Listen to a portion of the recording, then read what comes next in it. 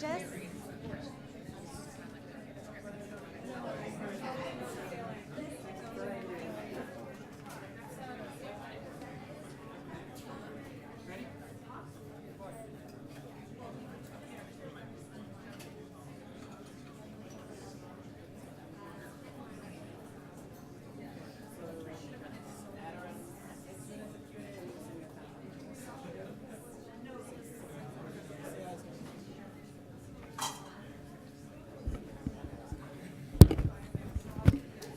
Okay, can everybody hear me? Hello, hello, hello. Great, this is an incredible audience. Thank you all for showing up to our Big Ideas Grand Prize Pitch Day. I'm Philip Denny. I am the manager, director of the Big Ideas competition. And this is a competition that's managed through the Blum Center. You're in Blum Hall here at UC Berkeley, but it's now open to 10 other campuses, the entire UC system, as well as Makerere University in Uganda. Before I start, I wanted to acknowledge our amazing Big Ideas team. We have Adrian Chuck, who is the backbone of the Big Ideas competition. If there's teams here, Adrian has devoted a ton of time and energy to making sure that the teams have all those resources, all those advising sessions, all the skills they need to make sure they know where they are in the competition. We also have Francis Gonzalez, our network manager, who's helped us secure over 300 judges and mentors for the competition this year. We have our newest team member starting in 2 weeks, Danny Bicknell in the back. So she's bartending at the moment, but we're going to put her to real work later. We also have our amazing Blum Center team. I see Claudia here, our fundraising director. We have a number of other folks, Sophie Martin, our innovation director from the Blum Center. We have an incredible Big Ideas team that supports us every day, and we're thankful for that as well. I also want to make sure we give a huge shout out recognition to our sponsors who make Big Ideas possible: Autodesk Foundation, USAID, Citrus and the Banatow Institute, the ASUC, Associated Students of the University of California, and the University of California Office of the President, and last but certainly not least, the Andrew and Virginia Rudd Family Foundation. Ginny Rudd is here with us today.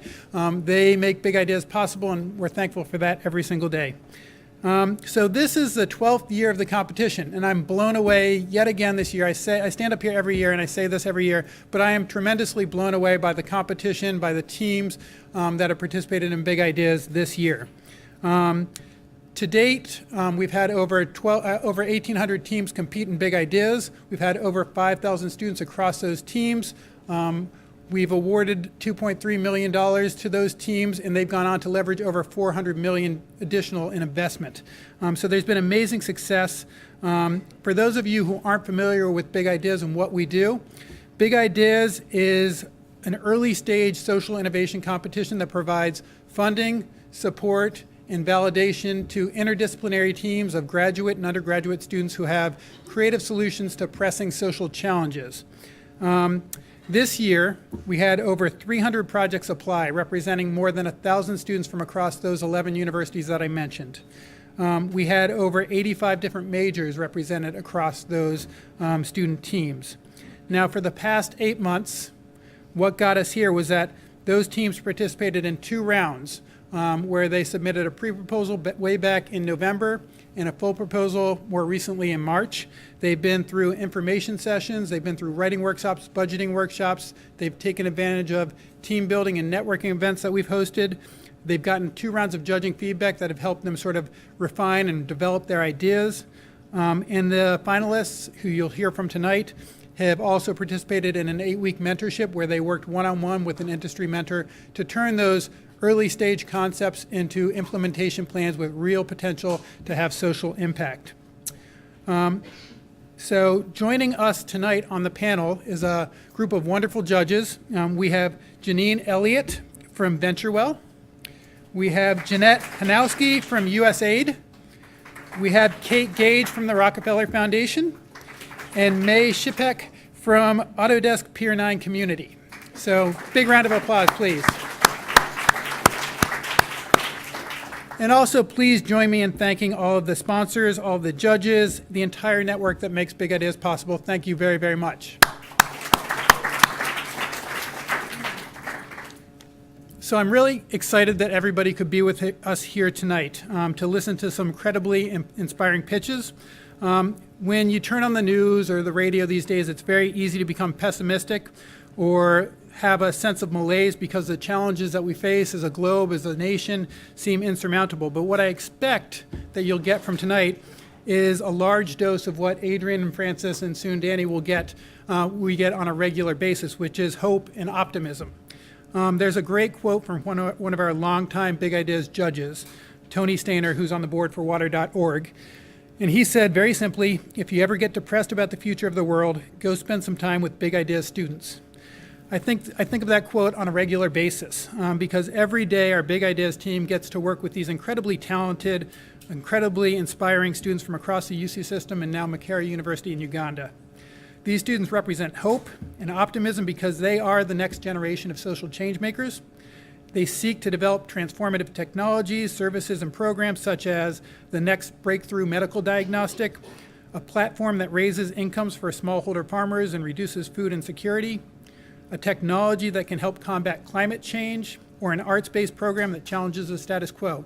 Those are just a sampling of some of the ideas that came through the competition this year. You'll hear from more ideas tonight, more student teams tonight. And these student teams are truly putting their money where their mouth is because each of these 6 teams you'll hear from are committed over the course of the next year to implementing their social venture. They're willing to forego those traditional corporate industry jobs with the promise of better pay and more security. Their parents might not like it, their college loans may suffer because of it, but they're willing to do that because they have the passion and the commitment and the drive to make the world a better place. And they have an innovative idea that they believe in, and they have the knowledge, training, and resources now to transform that idea into real world action and true social impact. So please join me in congratulating not only the 6 teams we'll hear from tonight, but the 1,000 students that participated in the Big Ideas contest this year, and the countless other student innovators across other universities and across the globe who give us cause for hope and optimism. Thank you. So now, what we all have been waiting for, I'd like to turn it over to Francis Gonzalez, who's going to be our moderator for this evening. Francis. All right, thank you, Philip, and welcome everyone. So as Philip mentioned, I'm going to be moderating the event tonight, and just before we get started, I want to run you through how everything's going to work. So tonight you will see 6 exciting pitches from some of the top teams in this year's contest. And just a quick plug, if you want to see the full range of ideas that came through the contest, please attend our award celebration in this room, same time, same place, next Wednesday. And so the 6 teams you'll see pitched tonight were selected through a competitive audition process, and they represent the range of early stage, diverse, and creative ideas that came through the Big Ideas contest this year. So each team will have 4 minutes to pitch, and that will be followed by 8 minutes of Q&A from our judges. So each of the judges have been asked to score the pitches on 4 key criteria. And these include creativity/innovation, viability, social impact, and quality of the pitch. So after the 6 pitches, the judges will head upstairs to deliberate and decide who the 3 winners will be. Then they'll come back downstairs to this stage at around 7:30 to announce the 3 winners. And the first place team will win $5,000, the second place team $3,000, and the third place team $1,000. So while the judges are deliberating after the pitches, there will be more food in the reception hall, drinks in the back, time to network with the teams and ask them some questions. And yeah, I think we're ready to get things started. So I'm going to call up the first team at this point. That first team pitching is ViDi, a smart system leveraging computer vision to track surgical tools. So please join me in welcoming Federico and Hector to the stage.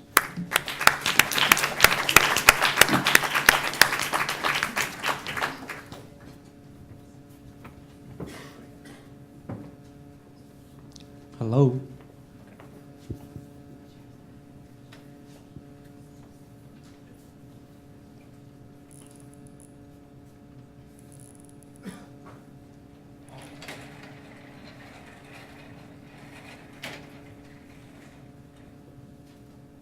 There you go. Perfect. Okay. Good afternoon, everyone. We are BD, and we're using machine vision to digitize the surgical instrument supply chain across hospitals. Imagine waking up after surgery with an instrument like this one inside of your body. That's precisely what happened to Larry, a patient whose life was put at risk because an instrument was left behind after surgery. Unfortunately, Larry is not alone. There's about 7,000 other patients who experience such trauma each year due to preventable medical errors. And to really understand the root cause of this problem, the BD team immersed itself in the clinical environment. We have shadowed over 200 surgeries at top institutions in the US. Something that we notice is that nursing staff are not only tasked with taking care of the patient, but they're also tasked with keeping track of a large array of surgical instruments, and they do so largely manually, using paper, using whiteboards, even gloves and drapes are fair game. That leaves a lot of room for error that results in instruments being lost, OR time being wasted, and even instruments being left inside of a patient. What we realized from an additional 40 interviews that we've conducted during our Big Ideas tenure is that this problem goes beyond the operating room into the sterilization room, where the instruments are prepared, and where the same manual methods that are error-prone in the operating room lead to delays in preparation time for surgery trays. Our big ideas is to use computer vision to eliminate the errors that happen associated with tracking instruments across hospitals. On the left-hand side, you can see our current prototype. We're basically developing the same technology that is used in driverless cars. We believe this is a huge opportunity for hospitals.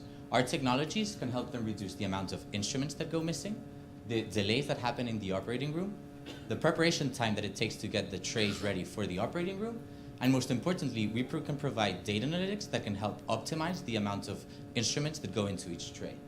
Most importantly, we believe that our solution can help prevent the cases that almost put Larry's life at risk.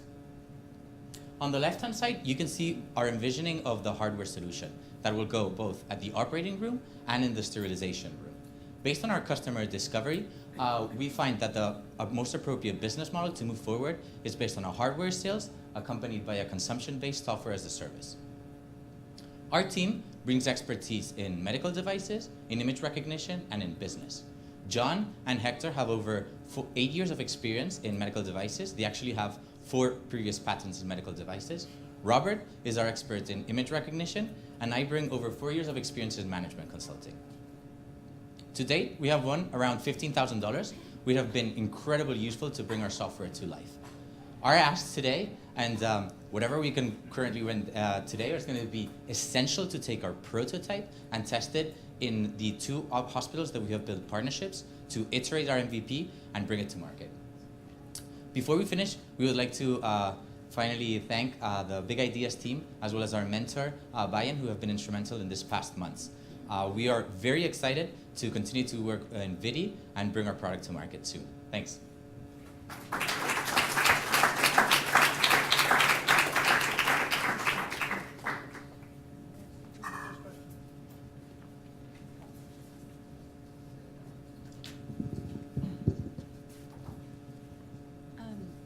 My first question is, how much will this cost the hospitals to implement, and what kind of training is necessary for that to happen? Mm-hmm. In terms of cost, we have analyzed a typical example of a hospital with 10 operating rooms. You can see that on both the left-hand side and the right-hand side. For a hospital with 10 operating rooms, we would be selling 1 device per each operating room, and then 1 device for the sterilization room for every 3 operating rooms. The price split is going to be around $10,000. Overall, the total solution for 5 years, assuming the software as a service for 5 years, is going to cost them slightly over $200,000. However, if you look on the right-hand side, we are showing the potential savings that we can bring, and overall, that's going to be around 25% of those savings. Do you want to talk about the adoption?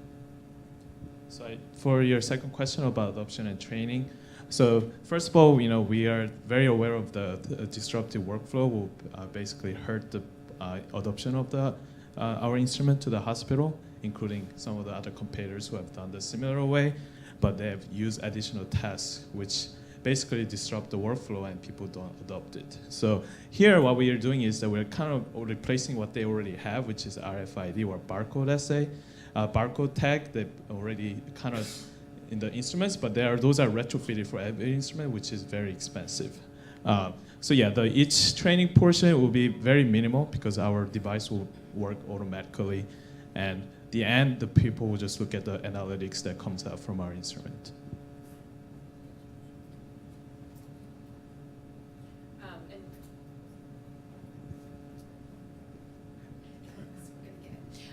You guys mentioned some folks who are already working on the issue. Can you talk a bit about the competition that exists? Yeah, so there are two types of competitors here.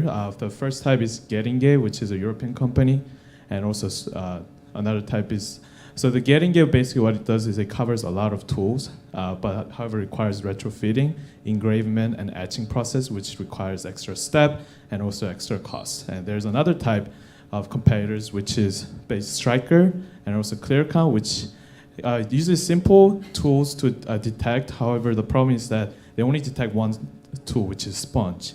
And those process also gives additional step for the hospital step, which is not viable for the hospital adoption, which is only 10%. Yeah, they're counted in the US.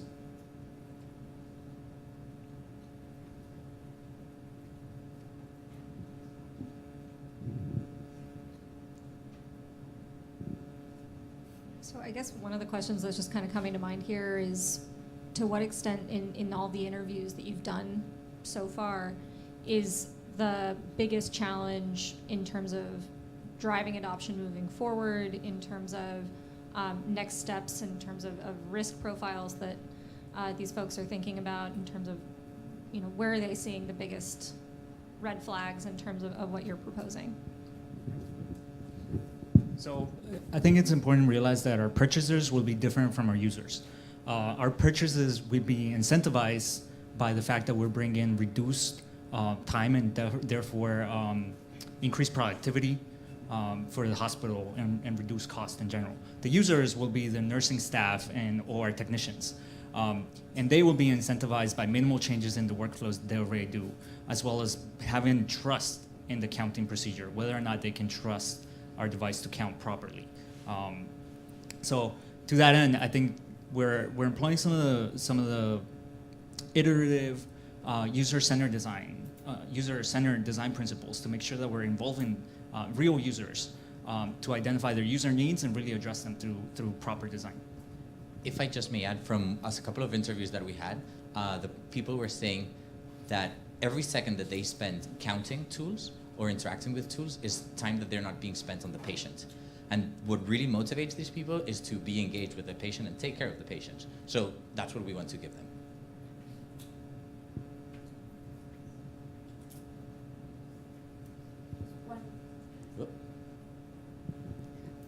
When you've done at least some limited market research, what types of hospitals are you thinking of targeting to start with? In the short term, we're going to target two types of hospitals.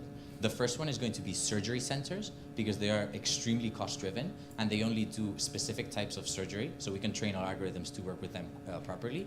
And the second type of hospitals is the large institutions, such as the Sutter Health. We have a contact that is pretty high up, and we believe that by integrating with their systems, we can scale quickly within their hospitals.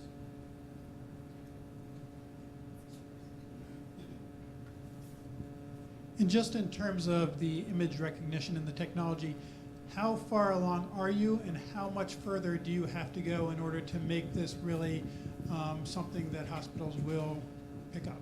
Right, so what we have so far, what we've shown you here is a kind of a basic prototype in terms of software that can detect tools for very basic surgeries, so 25 different types of tools that we can accurately identify at this stage.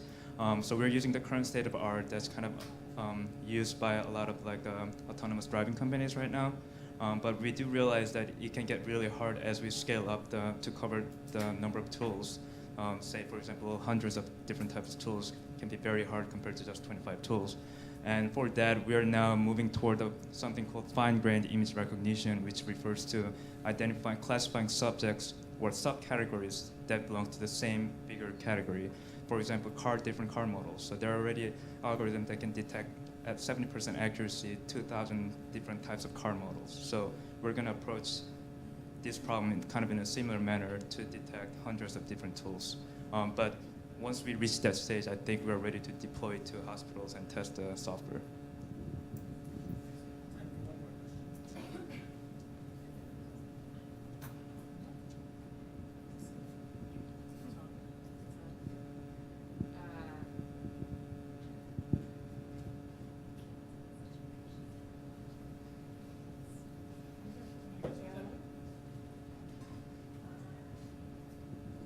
So in all fairness, I know that this one's going to be a little bit of a curveball potentially because it's not official. But in terms of the viability question, where do you stand in terms of intellectual property, or knowing that given that you're basing this as a proxy on some of these other existing technologies, how does that impact your ability to also operate in this space or potentially infringe on other people? So yeah, that's a great question. So right now we currently filed a provisional patent, so we have that under our case. And also, as I mentioned about there are 4 big companies like BD Biosciences, Getting Gay, and Stryker who have the software already in the medical hospitals. However, they do not invest in a machine vision yet. And our goal is basically we're bringing our team of programmers and a small team of groups. We're gonna go as we're a fast forward moving team, and our goal is to build a library based on the machine vision.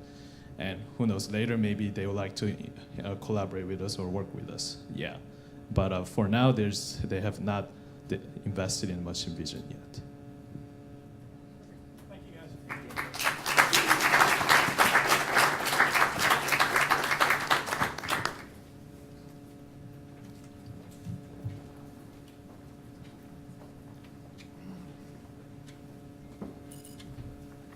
Great. Thank you to the ViDi team. How about another round of applause for the first team tonight? Up next, we have Hyven, a community marketplace for micro-renting home workspaces. Please join me in welcoming Christelle to the stage.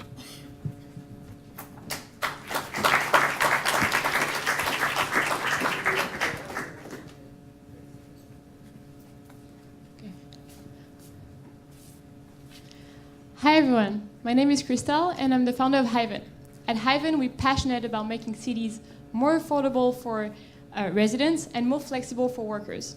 And we believe it's a supply and demand problem.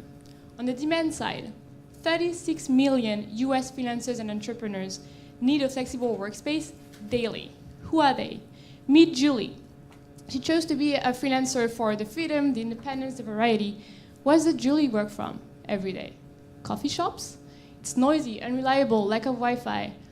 Just the enemy of productivity. Co-working space? Expensive, and they're taken over by private companies. So what? Work alone, from home, every single day? It's very isolating and distracting. After 80 interviews, I can tell you that Julie is frustrated. In 10 years, half of the US workforce will be freelancing and frustrated, like Julie. Look at the supply now. While the available co-working space nationwide is limited to 1 million out of 36 million of Julies in need of a flexible workspace. And that's the opportunity. Look at how co-working space is limited to this commercial zone along transit corridor. And all of this, the rest of the city, is completely underutilized during the day. And that's where our freelancers live. Hyven will be the daily workspace for freelancers. How? We are the Airbnb for work.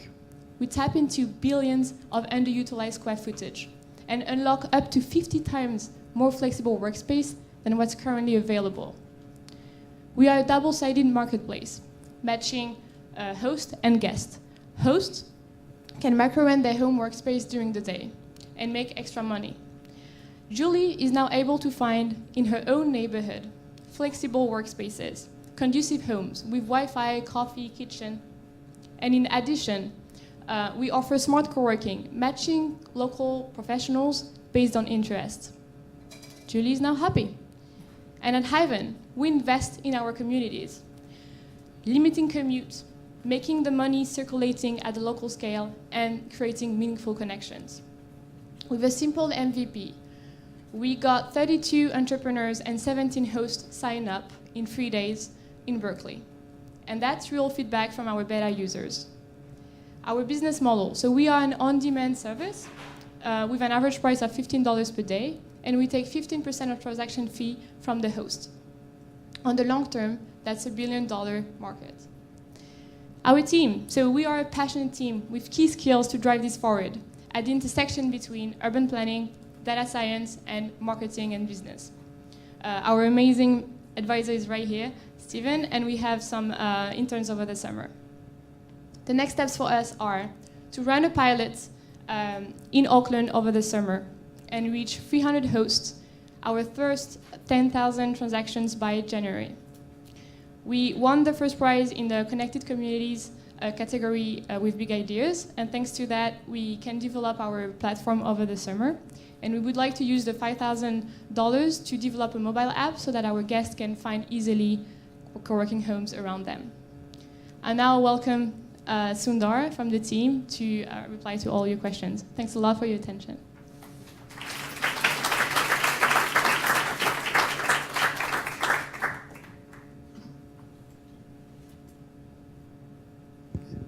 So you mentioned the interest in developing a mobile app. What is the way that you're currently connecting hosts with potential renters, users? Yeah, so the way we do it is we have on-the-field campaign. We go to farmers market where we can find hosts, distribute flyers in coffee shops where we can find guests. So it's kind of bootstrapping, and we partnering with we use like the freelancer union in Auckland to get our first guest as well. Do you want to add about? So we are using a mix of traditional campaigns like direct mails along with some events and social media marketing. That's what we are mainly using word of mouth.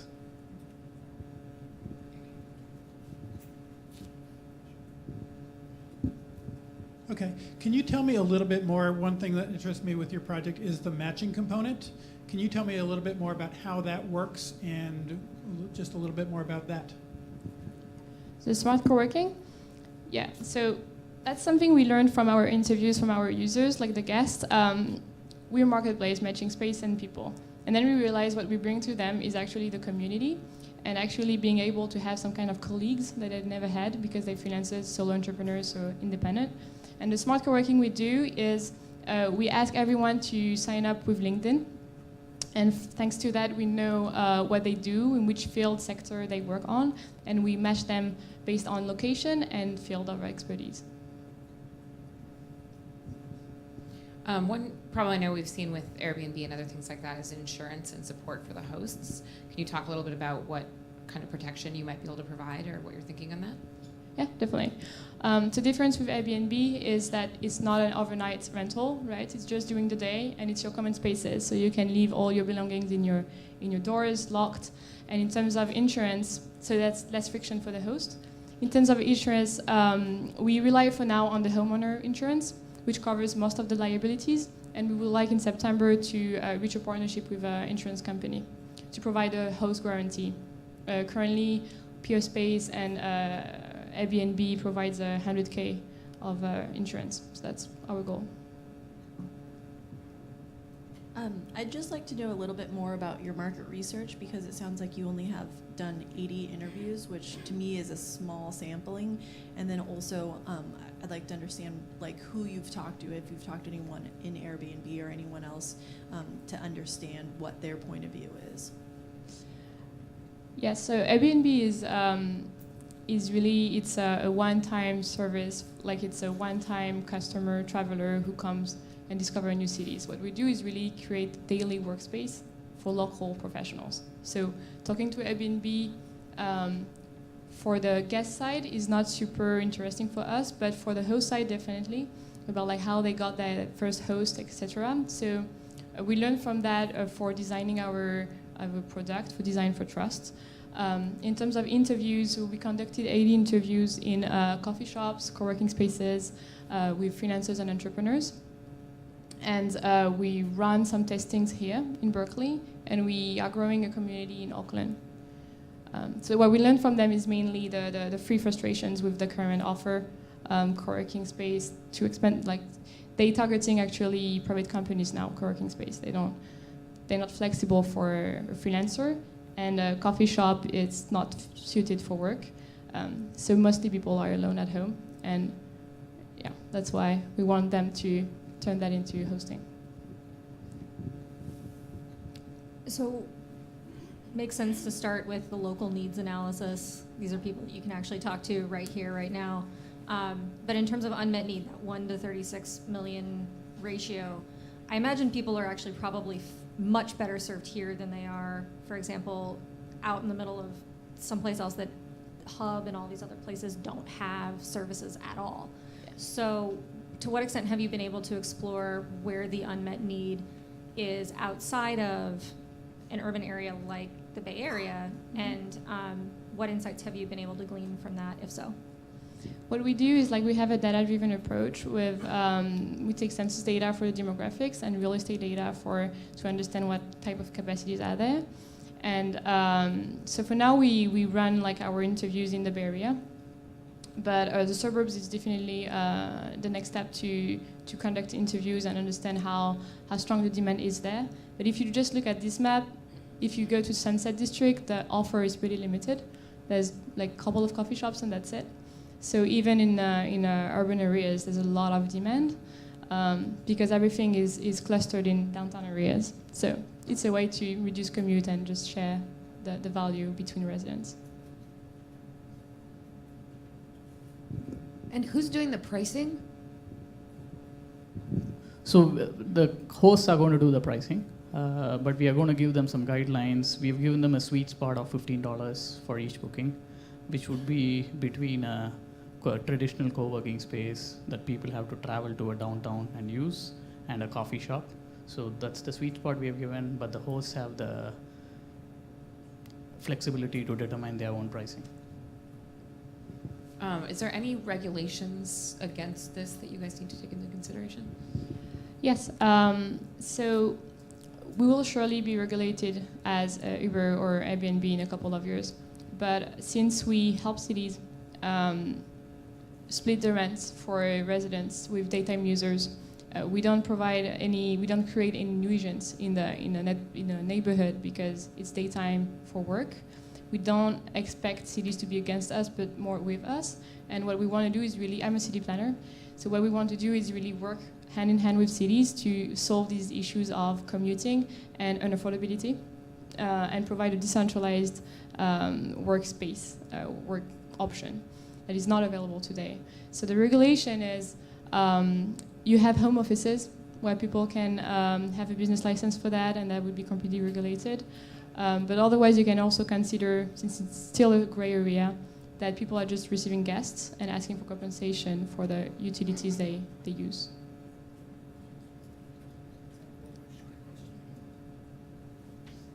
I know that there's a couple of companies doing this in New York. Do you know if there's any competitors here in the Bay Area? So there's basically Peer Space that is doing a rental of residential spaces during the day, but for high-end customers, and it's high-end houses and apartments. It's for corporate events, photo shooting.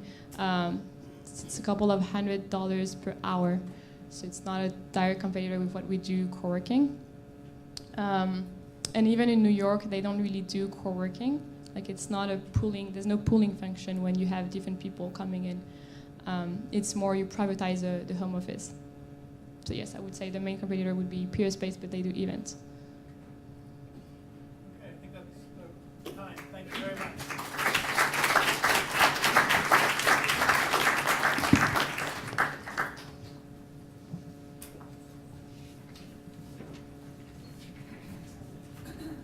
All right.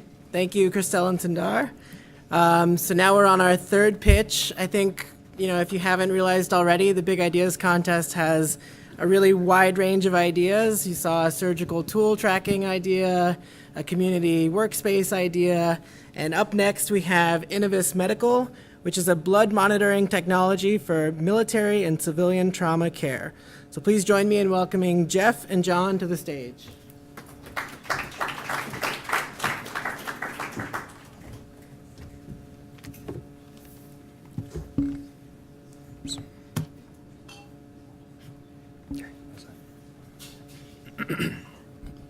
All good?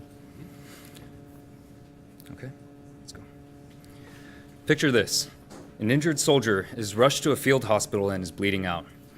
A surgeon needs to give the soldier meds to speed up their clotting, but too much or too little will kill them. They rely on lab equipment to determine dosage, but the bulky machine was never designed for field use. However, caught between an educated guess and blind dosing, the surgeon runs the device because it's better than nothing.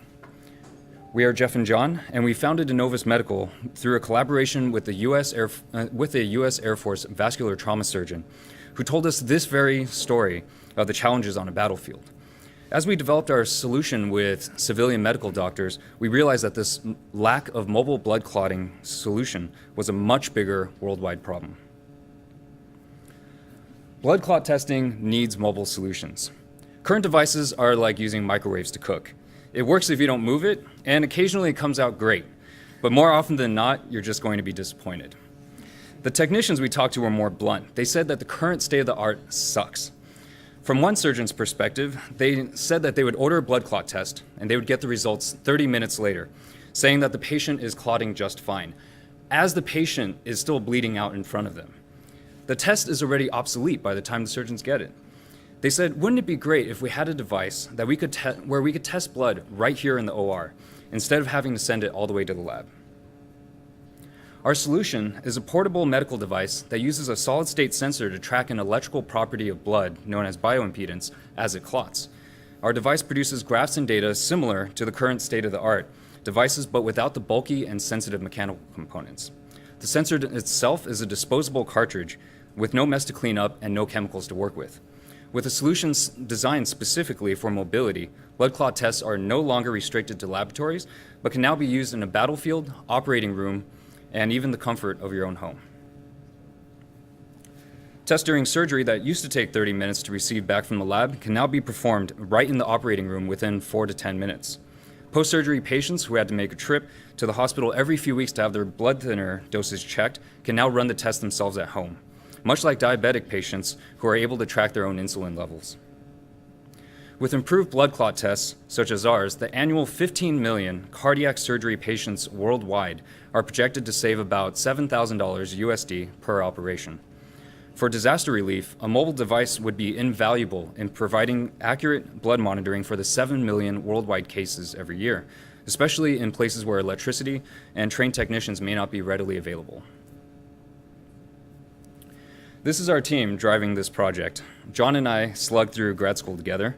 We were surrounded by the cutting edge in academia and created Innovus Medical to bring these innovations to market. We have our amazing mentor, Laura, here, who has been our guiding star through this heavily regulated industry. Richard and Jose are our two MBA advisors who helped us scientists put things in real life terms. And lastly, because we're in a fast-paced competitive industry, we lawyered up. We completed assessment of our product market fit in March through the UC Berkeley I-Core course and was endorsed by the instructor for the national program. Moving forward, we're very excited for a new collaboration that we just established with UCD Medical. This collaboration is aimed to have both civilian and military surgeons use our device to directly test human blood from cardiac patients. Additional funding from today's pitch would allow us to fabricate over 100 more sensors and pay for the technician times to run these additional clinical tests. What this allows us to do is it allows us to iterate our device to address as wide a range of patients and blood types as possible. Thank you for your time today. We will take any questions now.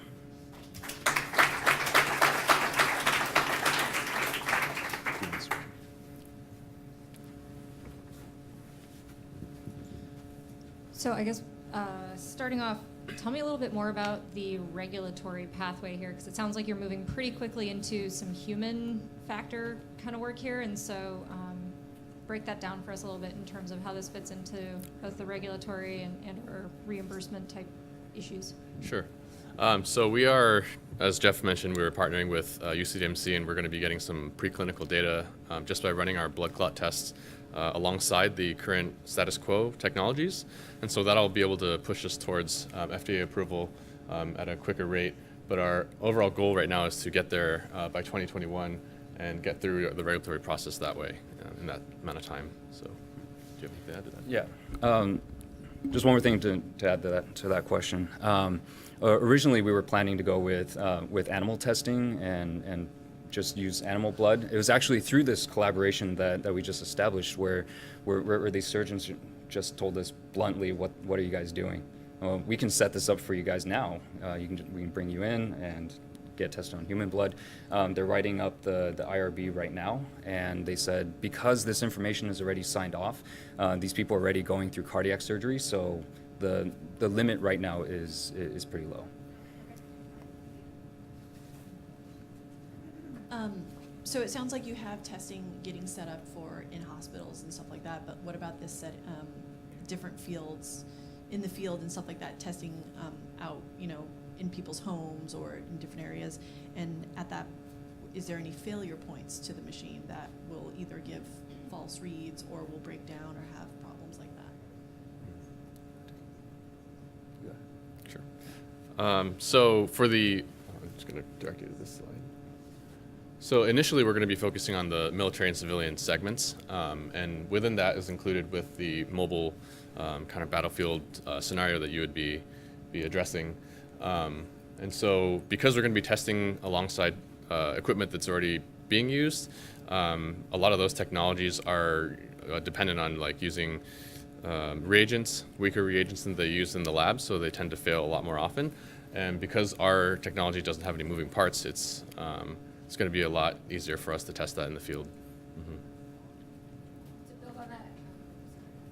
To build on that, what's your maintenance plan for these devices and of the life of a device? So the investment. Mm-hmm. That's a good point about the maintenance. That's part of the reason why we went with the disposable system, so that most of the wear and tear is on the cartridge side, which is just disposed, and that it's a big bonus. But the original motivation for creating the disposable cartridge was also to be able to market it to hospitals in the first place. I don't know if yeah. If I understand correctly, the cartridge in and out, you still have a device. Oh yeah. Oh, sorry. So you meant the lifetime of the analyzer. We will have to conduct more engineering tests for that specifically. I know that the military has very, very strict standards. They have a drop standard as well where it has to survive something like 26, 27 drops. I don't know why that specific number, but it's definitely something that we will be testing as we iterate. And keeping on a little bit of that, you're also looking at a couple industries that have very specific procurement processes and are fairly complicated. Can you speak at all to how you might address that and when you're thinking of taking it to market? Sure. Go ahead.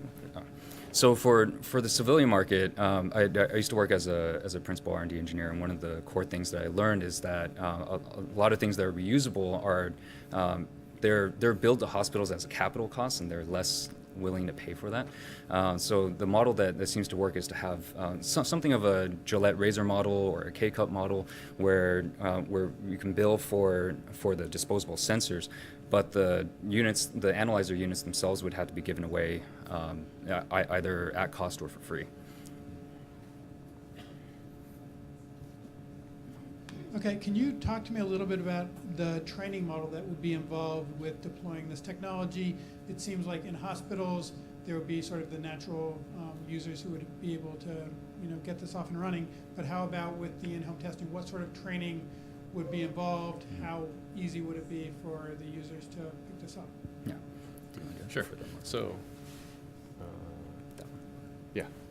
So our goal is just to make it as user-friendly as possible. A lot of these tests, we've talked to the point-of-care technicians that they mentioned that sometimes even the technicians themselves can't even get enough blood to test for these devices.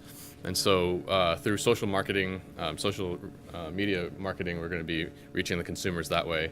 And so we're basically going to be trying to make this device as user-friendly as possible.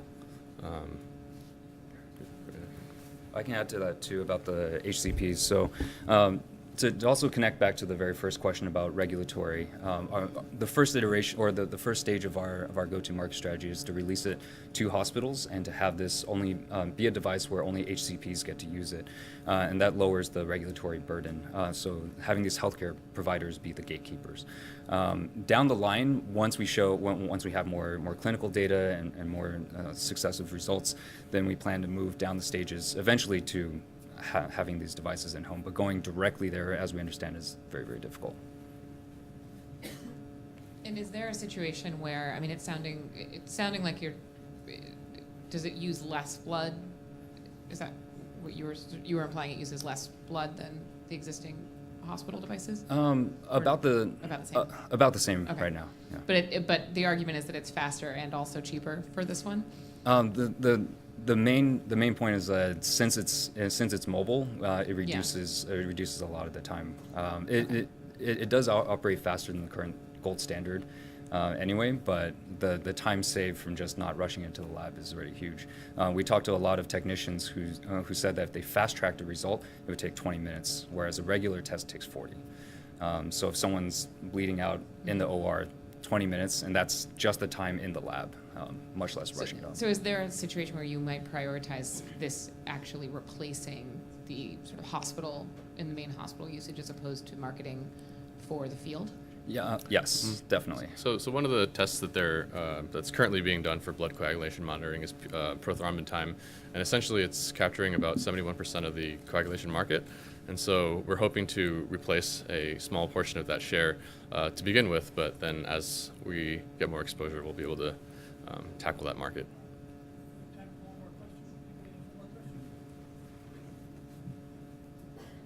So actually, picking up on where you were starting to go, I think in terms of workflow, that first pass point of saving time and everything sounds really compelling. But in terms of that question of point of care and the person who's usually making the diagnosis being back in the lab versus actually being in the OR, tell me a little bit more about who would then be responsible for running these tests and doing that work if now the point of diagnosis is at the point of care versus in the lab. Because I know some labs are actually very sensitive to that idea of disrupting their idea of what the workflow should be.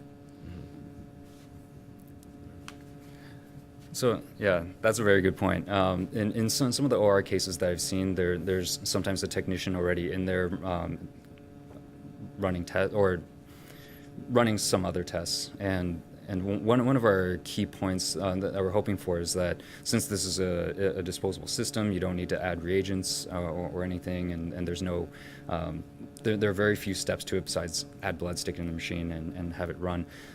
That we may not, hopefully down the line, we may not even need fully trained techs in order to run this, and especially on the humanitarian front for disaster relief.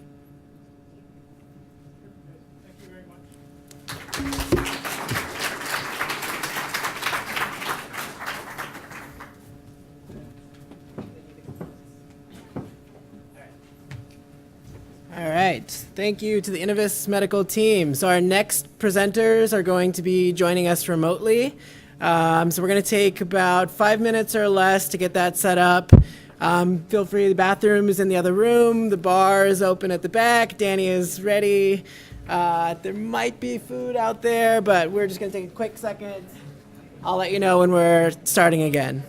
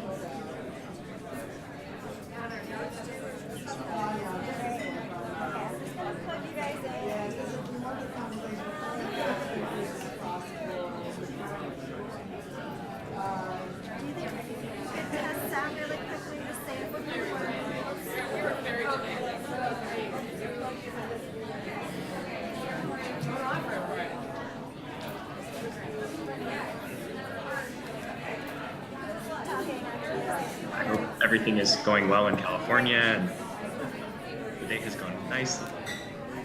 Awesome. Okay, audio works. Let me just get my set.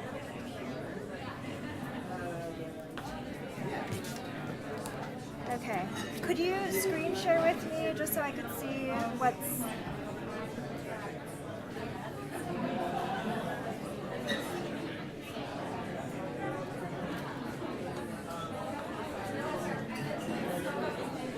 So what we're going to do is, I think we're going to talk to the two of you and just introduce you to the room. Francis will go ahead and do that. And then you guys can just say hi to everybody and then screen share. Does that make sense?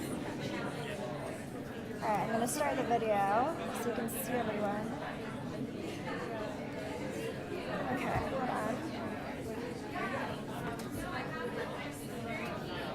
So, we've got our audience here.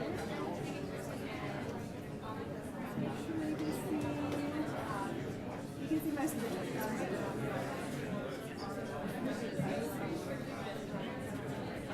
Alright, so what I'm going to do is and mute you guys. And then I'll just give you a heads up.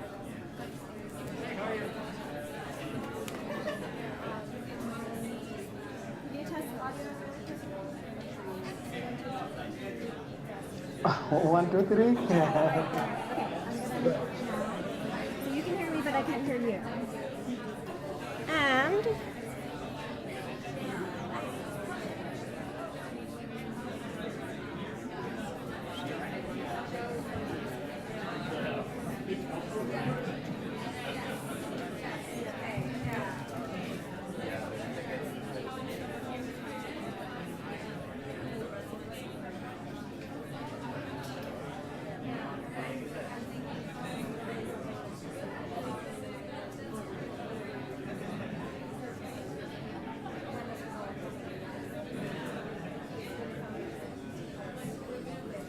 okay.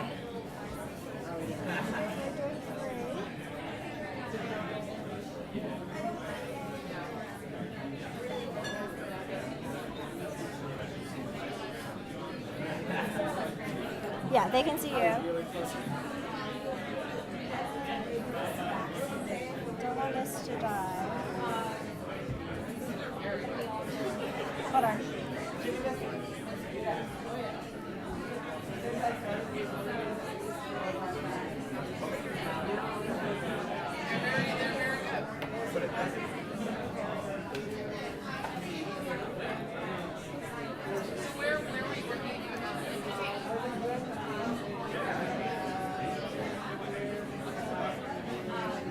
What part of you?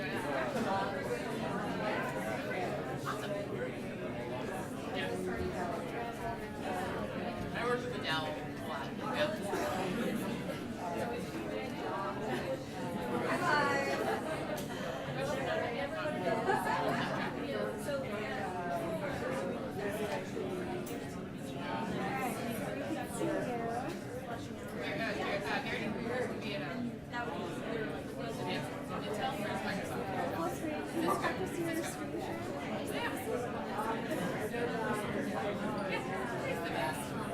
He was like my favorite.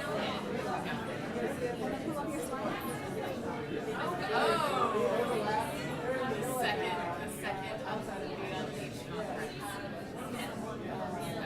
Did you go to the last? Okay. Samir Vasily. He was team ice.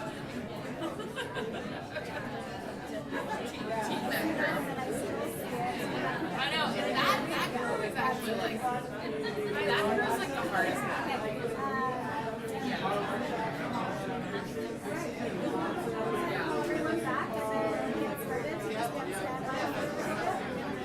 I was randomly meeting up with someone I'm working with, and he was like, oh, that's a conference. Here's the address, and I went to it because I wanted to be here, and it was the FHI Conference Center, and I was like, oh,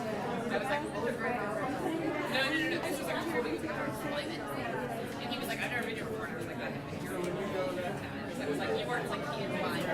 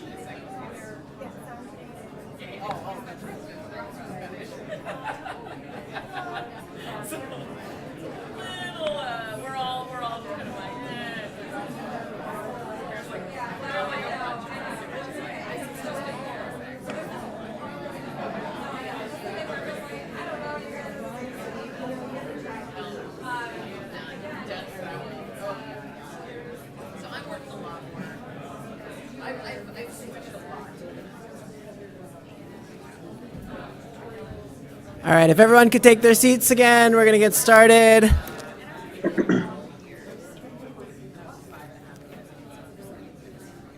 think we just have a couple stragglers. They're good to go. Adrian, I don't have to press anything.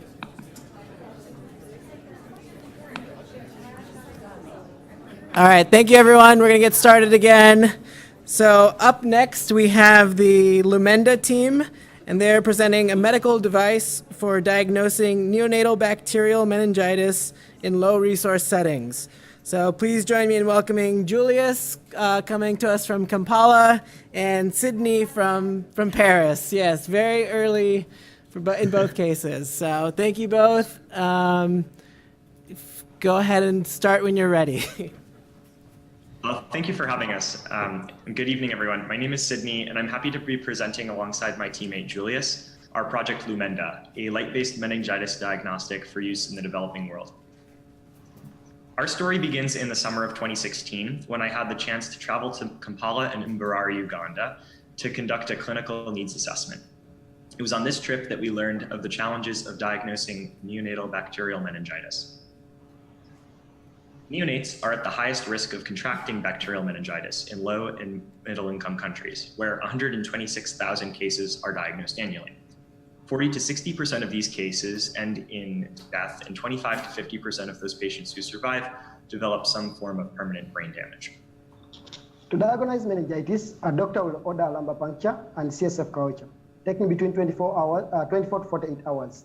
Since the disease is quickly fatal, the neonate is given high empiric dose of antibiotics at double the normal dosage for the disease like sepsis before results of culture are known. As a result, an estimated 20 to 30% of the neonates treated do not have meningitis. Therefore, we needed a rapid and accurate method of diagnosing neonatal bacterial meningitis in low resource settings. And we need a solution that is easy to use and no more risky than the current standard of care. So we built Lumenda, a low-cost device that measures the attenuation of light through a sample of CSF to ascertain the concentration of protein and white blood cells and make an efficient and accurate diagnosis of bacterial meningitis in neonates. We wanted to create a disruptive device that would interface well with the current practice. Using Lumenda, the physician performs a lumbar puncture as he would do ordinarily. Then he places a sample in Lumenda and classifies the sample based on its opacity within 30 seconds.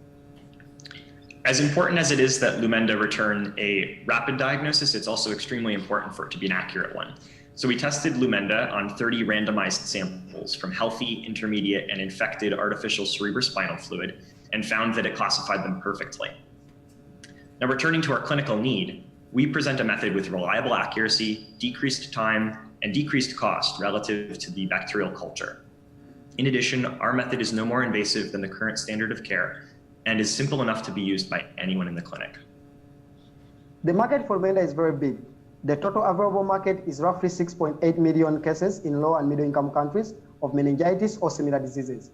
Of these, 40,000 cases are in Uganda, which is our serviceable obtainable market. Our device will cost $20, and each test will cost $2, competitive with the current $5 culture. We believe the future is bright for Lumenda. Future studies will incorporate a pressure sensor to confirm inflammation and a glucometer to distinguish viral and bacterial infections. We will investigate the performance of Lumenda in a preclinical animal model, and soon we hope to also run clinical trials of the device in our partner hospitals in country. This project is possible because of the amazing team of engineers involved on 3 different continents. We would also like to acknowledge the generous support of Columbia Engineering, VentureWell, Makerere University, and the Uganda Industrial Research Institute. Thank you for listening, and we would be very happy to take your questions.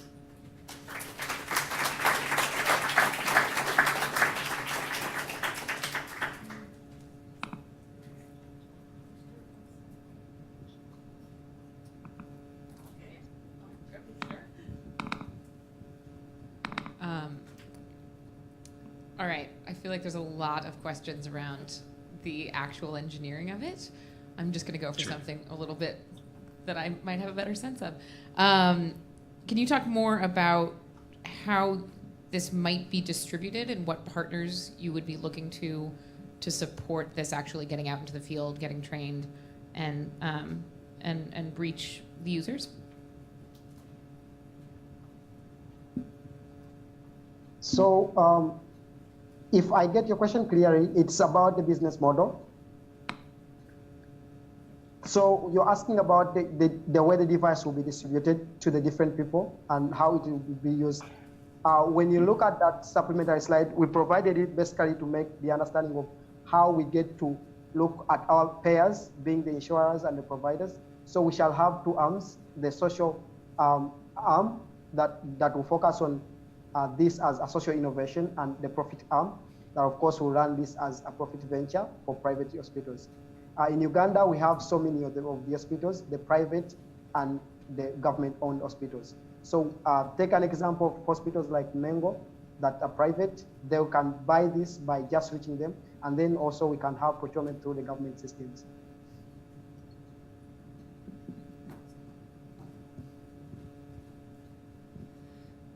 Given those 2 different segments you're just mentioning in terms of private providers versus the public providers, where is the clinical need the highest, and is that the same or is that different from where the commercial need is going to be more easily met from a business standpoint?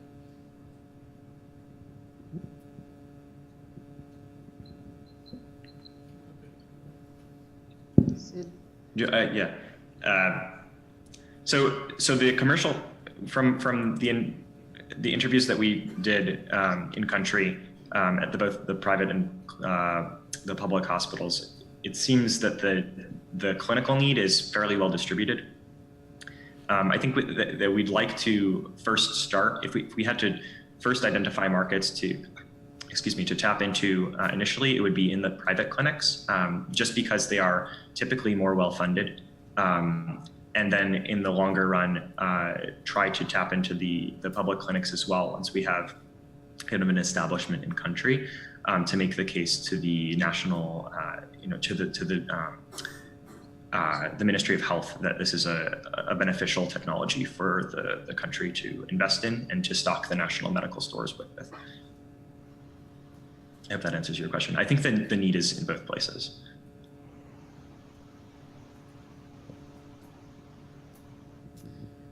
What do you anticipate the training requirements to be for utilizing the device, as well as maintaining and the life of the device? Sure, yeah. So we can just flip back to one of the previous slides with how Lumenda fits into the clinical practice. So one of the things that was extremely important to us while we were designing this technology was to create something that wouldn't be overly difficult to learn how to use. And in line with that, we wanted to come up with something that could pretty much just be a very quick step that's kind of interdigitated into the current clinical practice. So the doctor would ordinarily do a lumbar puncture and then take the CSF for culture. And all we'd ask them to do is place the sample in a cuvette ahead of time, take a quick measurement, and then and then send it for culture anyhow. I anticipate the training being quite easy. One of the great things about our project is that we have collaborators at Makerere University, students who are there, and then also professional engineers at the Uganda Industrial Research Institute. So it would be those members of our team who would be working specifically with our hospital contacts at the public hospitals like Mulago National Referral Hospital, or the private clinics like Nisambia in Kampala. Yeah, to do the training specifically. Yeah, so along those lines, if you could pull that out a little bit more, I want to know, one of the greatest strengths of your project is that you have this wonderful team, 3 continents represented, but that also poses challenges, correct, in terms of organizational management. How are you building this sort of as an organization, and what are the roles of each sort of person within it? So basically the way we run this is that the way the team runs is that we get to have platforms of communication. We mainly use Skype. So we schedule meetings and we have tasks to run. So for example, like for this grant application, that I was required to lead this and then have it submitted with the Makerere team. Then if activities are to do with mainly resource components that you cannot find in Uganda, that will always be done by the US team under the coordination of Sid and Professor Aaron Kale.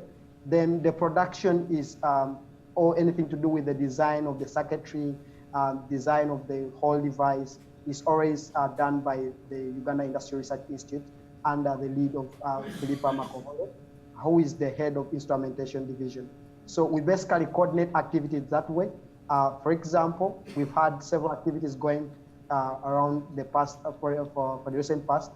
For example, applying now for like the Bay Area Global Innovation Challenge that we had other teams lead, and we made to the final. Applying for the iShow that's funded by Autodesk is also, we also made to the final, but these activities get to run actively by different members, but of course under a coordination of the network. And I think if I can just get a word in as well, it's worth noting that our collaboration is beyond just Skype. Aaron, Dr. Kyle does take regular trips to Uganda with students from Colombia. And I was very fortunate to be able to return to Kampala last summer as well. So that was my second trip. And on that trip, we did follow-up interviews. We tried to get a sense of how regulatory systems work by interviewing people within some of the regulatory bodies in the Ministry of Science and Technology, the Ministry of Health. So the collaboration isn't just over the internet. It's also very real person-to-person opportunities.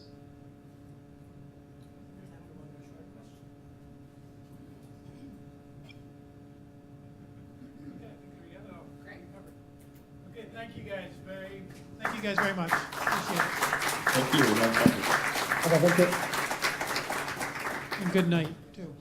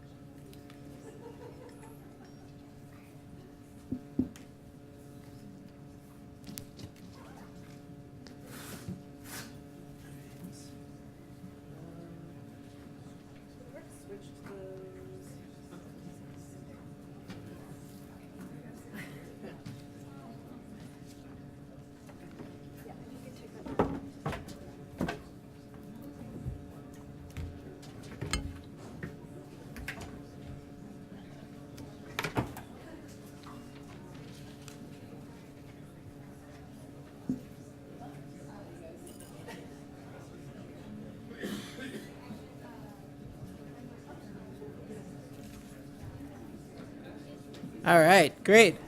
Thank you again to Julius and Sydney joining us at such a late hour. Switching gears a bit from the medical diagnostics, we have Lulab, smart technology connecting pit latrine disposal companies with underserved communities in Rwanda. Please join me in welcoming Rachel to the stage.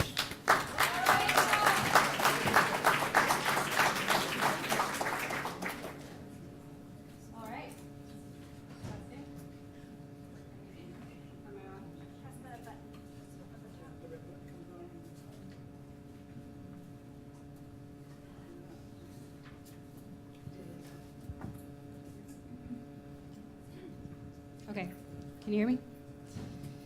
Hi, I'm Rachel. And at LULAB, we are creating the Uber for fecal sludge management. Kigali, Rwanda is a city of over 1 million people with no sewer system. This means that households rely on either pit latrines or septic tanks as their primary form of sanitation. When these facilities fill, they need to be emptied by an exhauster truck. Unfortunately, most low-income households cannot afford exhauster truck services. This means that pit latrines and septic tanks are emptied unhygienically and manually by marginalized waste workers. The waste that's emptied is dumped into the environment. This is an occupational hazard, and dumped waste contaminates the environment, freshwater sources, and causes high rates of diarrheal disease. The exhauster truck industry is incredibly inefficient. Trucks spend 60% of their time driving between households and making long trips to the disposal site. 55% of their operational costs are fuel. LULAB is a solution to exhauster truck inefficiency. Like Uber, it connects exhauster truck drivers to households that need sanitation services. This is how it works. Customers that need sanitation services use their mobile phone to request services. Those service requests are aggregated in a central database. When a geographic cluster is reached, trucks are deployed.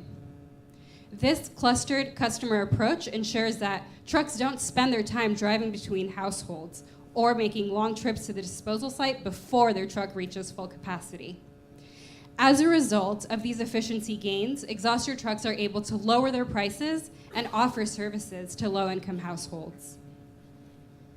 Every day, we are collecting thousands of data points on pit emptying logistics, fuel costs, traffic, customer satisfaction. This data underlies our approach and the design of our solutions. As urbanization continues to explode, every city across the globe is going to ask itself how to design, plan, and maintain sanitation systems. Our data is going to be the heart of those decisions. For the past 24 months, we've been working directly with a pit emptying organization in Kigali, Rwanda. This partnership has allowed us to design our solutions in the context of a real business. All of our solutions are designed with actual exhauster truck drivers. We've served over 850 households, removed over 1 million liters of waste from urban communities, and have slashed operating costs by 46%. We have some really exciting news. This week, we got a signed letter of intent from the Gates Foundation to expand our services in Rwanda. With an additional $5,000, we can expand our services to a new city in Kampala and train 2 to 4 exhauster truck drivers on using our technology to serve low-income communities. We have an international team with amazing expertise from different corners of the globe. Myself, I have 10 years of experience in sanitation systems from across the world. We have community leaders, software engineers, legal strategists, truck drivers who are all contributing their expertise to solve this problem. No one knows their shit better than us. Thank you, everyone. We are LULAB. We're the Uber of fecal sludge management, and we're creating the future of urban sanitation solutions.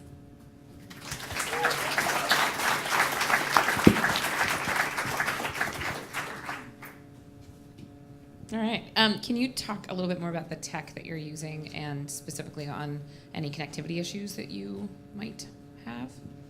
Yeah, sure. So in Kigali, we're taking a two-pronged solution. We have a native app, and we're working right now on an SMS application. In the SMS form, instead of obviously like having a GPS point, there is a SMS flow that guides you through what village are you in, what section of the village are you in, so that we can localize clusters effectively. Is that based on an existing platform, or are you guys building it? It is. There's a company called Jumia Food, and they're able, so they do food delivery, and they're able to just operate on an SMS platform and get people their food. So that was definitely an inspiration for us. And do you have the truck companies that are operating this? You have them on board for reducing their costing, or are you talking about a subsidized approach? In the long term, a subsidized approach is definitely what we're going for. In Kigali, the city, so we're working directly with the city of Kigali as well, and they are very much on board. We're actually solving a problem for them. So they're talking about for exhauster trucks that use this platform, they will reduce or just completely eliminate the dumping fee that they have to pay, because built into our system is a tracking of those exhauster trucks. So for the city of Kigali, we're not only serving a population that they have previously been unable to serve, but we're also providing a mechanism for them to track the delivery of these services. And then will it be your team that continues to maintain the app and make sure that everything's running smoothly and connecting it all together? Yeah, definitely. I mean, there's a huge amount of capacity building going on already. And like I said, expansion to new cities means, looking for the technical talent in those areas that can work directly with the service providers and address ongoing issues. I was wondering if you could speak a little bit more about how currently people procure these latrine emptying providers, be they the individual people or the truck companies. And sure, that's just as Uber disrupted the taxi industry and has upset a lot of taxi drivers, especially in markets that weren't already well established and were really decentralized. What are the implications here for you all in terms of rollout among several different disjointed companies? Yeah, so the way I actually came into this whole space was through my research. I work with informal sanitation workers. This is a marginalized population across the globe, and they provide these services because there is a lack of basic infrastructure. They do it in an unsafe way. It's illegal. So the folks that are providing the service, the informal sanitation workers, are breaking the law. So instead of just picking new people and training them to provide these services, we're trying to bring those informal workers into our formal network, training them with business skills, the technology skills to use these platforms. And yeah, does that answer your question? Mostly. So I guess in terms of the incumbent players, these existing truck companies, and assuming that there's more than one, how are they feeling about you basically also being an entrant here, bringing these people that were part of the informal economy into this formalized process? A little bit more around, do they already have certain territories or customer bases that they see you as a threat? So I'm wondering a little bit more about those human behavior dynamics that are going to also be a part of the picture. So the exhauster trucks that we're working with are happy because we're giving them more, our platform is giving them more business, and they're able to grow their network. And there's this huge market that's completely untapped, completely unsaturated. And in order to serve that market, the existing players are not enough. Supply needs to be increased. So for that increased supply, we do need to train the manual emptiers and bring them into our network. So I get that, but the informal sanitation workers exist because they're meeting a demand. And so is there a part of your program that's going to educate the consumers, the customers, on sort of the environmental, the health benefits with moving this waste to the sanitation facilities? Yeah, definitely. We're encouraging the exhauster truck drivers, and we're also developing a bunch of marketing tools in collaboration with community health workers in the city of Kigali that discourage people from emptying their pits in the old manual way. To be honest, people do that because there is no option, right? But now that there's an option, now that people can just pick up their phone and use a short code to get the real deal, people are opting for this legal, hygienic, aspirational service. And where's Lou Lab's revenue stream in this? Where are you bringing in and are you staying long term, or will you build the platform and move on? Sure. So there's two revenue streams here. So one is from the transaction fee. We're charging a 10% transaction fee for every successful transaction on the platform. And then this... Who's paying the transaction fee? The household, yeah. And then the second source of revenue is,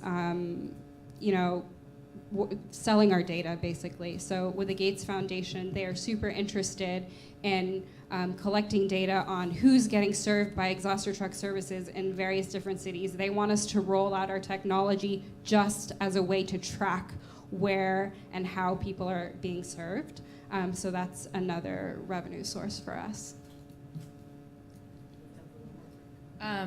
I would imagine that this is similar to other services or other city services. Are there other markets you're thinking about expanding into beyond this, or is it not similar? And no. To be honest, there are no sophisticated competitors in the market right now. Yeah, and well, I was a little bit more thinking, like, are there other services that this would also be applicable for that you could expand outside of the latrine market? We haven't thought too much about that. There's almost 3 billion people who are using on-site sanitation systems, and that seems like a pretty big market to address on its own. But I'll keep that in mind once we solve that problem.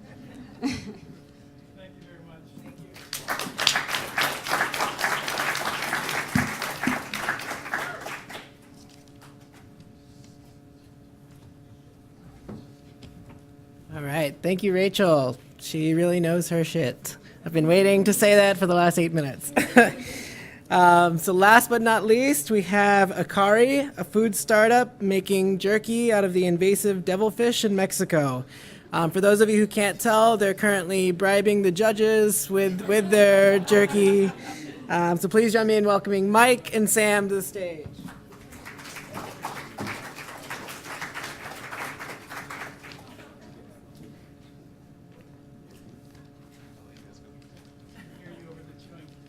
Hi everyone, I'm Mike, this is Sam, and together we're Akari. We're here today to talk about our new upcoming brand, El Diablito Jerky. Through El Diablito, we're taking the hated, feared, invasive pez diablo, or devilfish, in Mexico, and turning it into the world's most sustainable meat-based jerky. But first, a little bit of context. So the devilfish, originally from South America, was introduced in Mexico about 15-20 years ago. It's since taken over the country and is now found in at least 13 states, if not more, accounting for 70% of the wild fish capture in these regions. Now, because of lack of information, as well as, a face that only a mother could love, there's currently no demand or market for the devilfish in Mexico.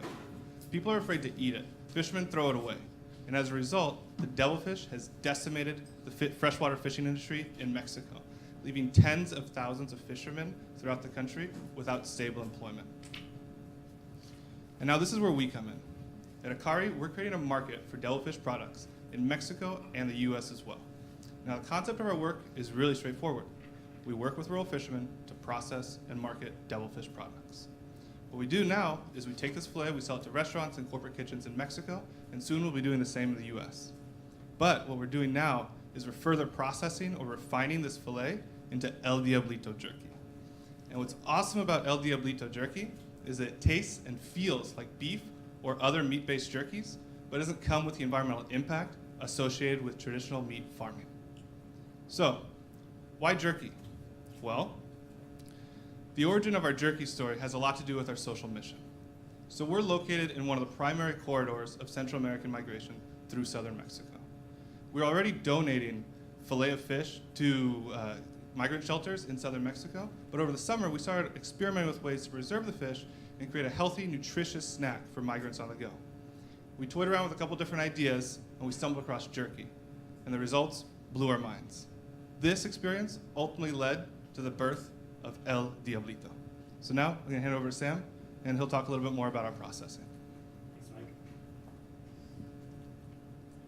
So as Mike mentioned, the inspiration behind our product started with donations to migrant communities, but our social impact goes much deeper. At Akari, we are focused on keeping as much production as possible in Mexico and creating employment in underserved rural communities. One fillet facility produces around 300 kilograms of fillet per week and employs 10 people at wages 25% above the prevailing rate. If this sounds like limited impact, I want you to keep in mind that we just got an order from a San Francisco fillet distributor for a literal ton of fillet. So in order to keep up with this building demand, we're gonna have to set up more facilities. So in order to expand our business and deepen our impact, we at Akari are growing up. Our packaging has graduated from a sticker slapped on a brown bag to the sharp, professional food package that you see today. We are currently in conversations with co-packers to mass produce our formula and shippers to import our raw product from Mexico. Once we sign those contracts, our costs will drop even further below our already profitable cost structure. At that point, this summer, will be time to hit the gas on sales and marketing and get our product into as many corporate pantries as possible and through our online distribution. Our marketing is going to be like our jerky, lean and mean. So we're an ideal team to make this happen. Between the four of us, we have experience in shipping, marketing, and fishing. We also are very lucky to work with awesome advisors with deep industry knowledge. So in sum, at Akari, we are a social enterprise changing the jerky game. Our El Diablito jerky helps restore the natural ecosystem, boost local employment, and has a killer flavor that'll make you say, quiero más.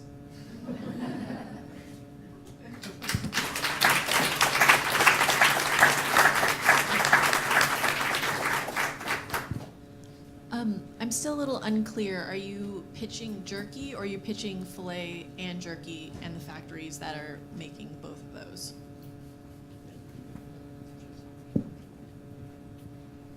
Right, so we're really pitching jerky. That's really where we think a lot of the business is going to be going, just because it's further processed, has better margins, and it has a wider market. Filet is a really crowded, homogenous market that largely competes on price. So actually, like through competitions like Big Ideas, we've got in contact with people, distributors like this distributor in SF that's interested in filet. So we're happy to sell filet. The bottom line is we want to produce more filet because that means the fishermen are earning more and we can expand to more communities. And jerky is a way to produce more filet, so we have to send that to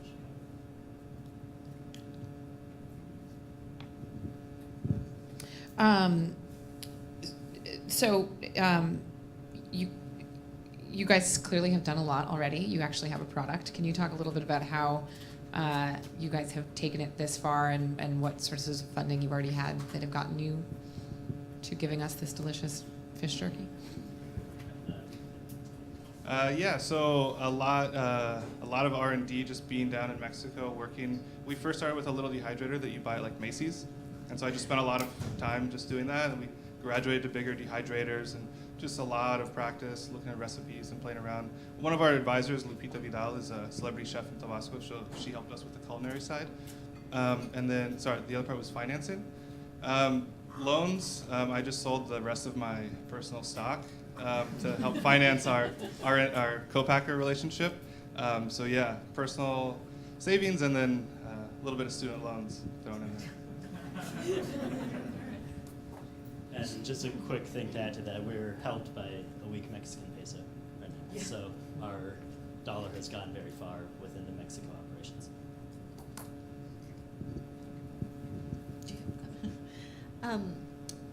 So the story is really compelling about the migrant worker eating the jerky, but I just want to understand how you're going to be supporting the migrant workers with this going forward, and where do you see your products being sold? Yeah, so we see jerky products being sold in the U.S. Supporting the migrant population, we have a wide array of donations that we are going to give to migrant shelters. Also, through the jerky, we donate to them, and we want to build a facility that uses migrant labor and gives them a job in Mexico. Yeah, just to continue on that is, so we're working closely with one of the bigger shelters along the border, Guatemala and Mexico border. So a big problem recently is the migration dynamic has changed. A lot of people are now seeking asylum in Mexico and staying in Mexico. During that time, they're technically allowed to work, but they generally can't find good employment and they're exploited. You know, they have to fumigate fields without protective clothing and stuff. So we're working with them to take some of these asylum seekers and have them work in our facility for better than market wages and a good environment, stuff like that. So coming back to the American market here, can you tell me a little bit more about the market segments that you're thinking about getting into, and a bit more about any of the costing you've been able to do, or things along those lines as far as marketing a consumer product? It can get really expensive really fast. Yes. So we understand that we have an abundant source of raw product, which helps us a lot. And essentially right now what we can do without the economies of scale from the co-packer and from the shippers, we can produce a bag of jerky, this 2-ounce bag that you see right there. We can produce that for $2.74. That incorporates the costs of kind of the better packaging that we have. And this lets us fit right into this $3 billion meat snack market. And right now, those meat snacks are fish jerky in particular, and meat and beef jerky as well. They retail from anywhere between $8 to $10. So this allows us to wholesale at a profit for $5, which puts us, according to our advisors who know the CPG industry, this puts us where we need to be for wholesale pricing. Yeah, customers. So our market rollout strategy is initially to go after corporate pantries. That's where we have contacts. That's where we've seen a lot of enthusiasm. This is a situation where we can really sell the product on its sustainability front, and the people that are going to try it don't have to pay to try it. So we can use the fact that they don't have to pay to try it to get a lot of enthusiasm behind the product. And right now we're in conversations with Google, Microsoft, and Facebook, actually, have all expressed interest in our product once we reach scale. Have you considered America's resistance to unusual snack foods? And then, you know, I think that's a huge concern. And then, I forgot my second half of the question. Yeah, we're aware of that, and we want to push out this product. And like we were saying, really one of the strengths of this is that it tastes like and feels like a beef jerky. So our marketing and a lot of our packaging is going to reflect that fact, that it tastes and it feels like a beef jerky. And just give it a shot. It's free. It's in your pantry, in your corporate pantry. Give it a shot, and if they're behind it, then we're excited about that too. And we also have some really fun plans for how to create an interactive marketing campaign.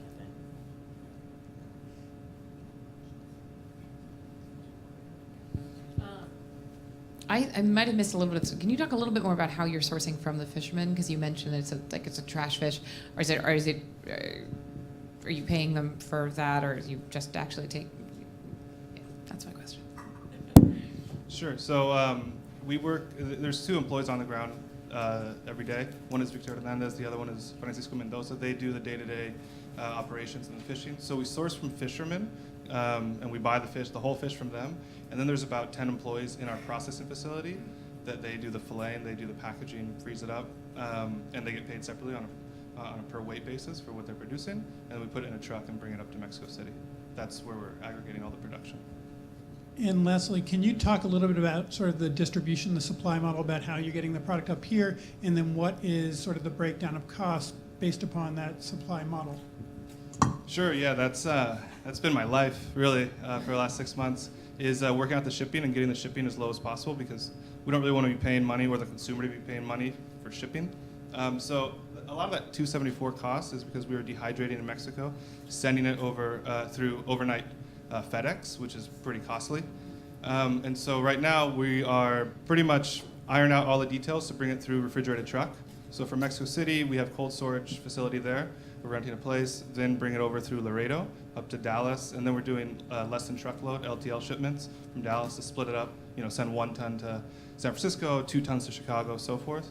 And that'll get our costs. It should get our costs down to about $1, $1.20, all the way from Villahermosa in southern Mexico to your plate, about $1.20 per pound. And for reference, FedEx and DHL and stuff want to charge like 15 to 18 a pound. Yeah.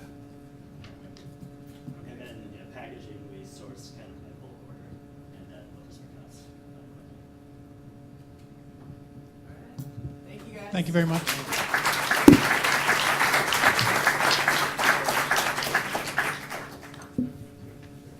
All right. How about another round of applause for all the teams that pitched tonight? Thank you very much.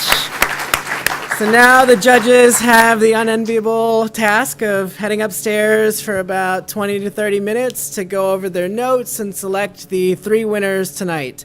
So they're going to go deliberate. They'll come back down around 7:30, and we will announce the winners in this room at that time. So everyone else is welcome to grab a drink at the back. I think there's a little more food left, some cookies. Enjoy yourselves. Feel free to meet the teams. If you haven't already, there's also the big vote, which is set up along the wall there. You just take one of the tickets, write the team name, or write the team number, and drop it in the box. So thank you again, and we'll see you here at 7:30.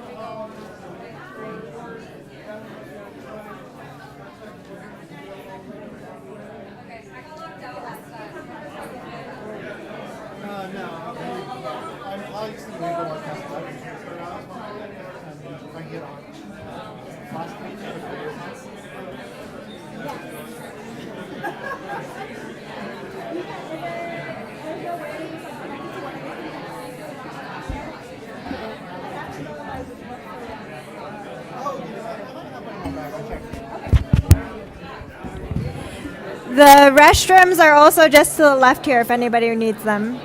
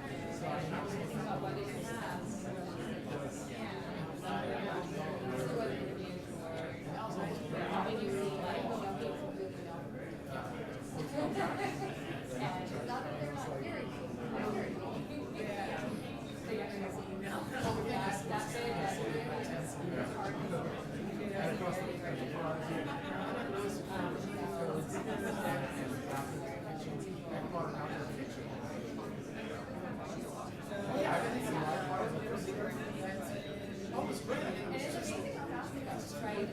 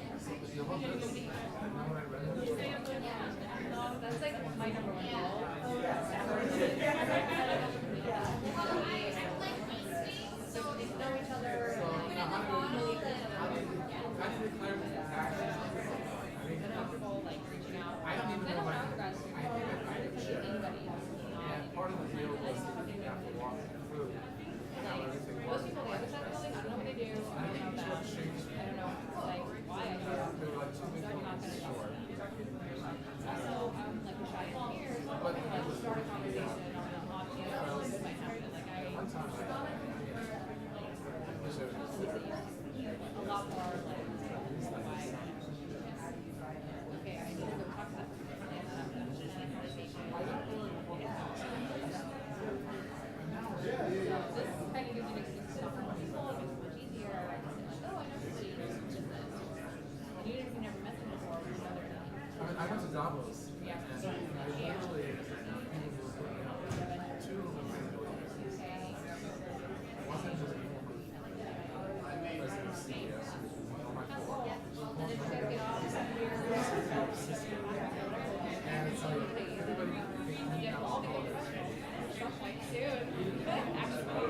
gonna happen.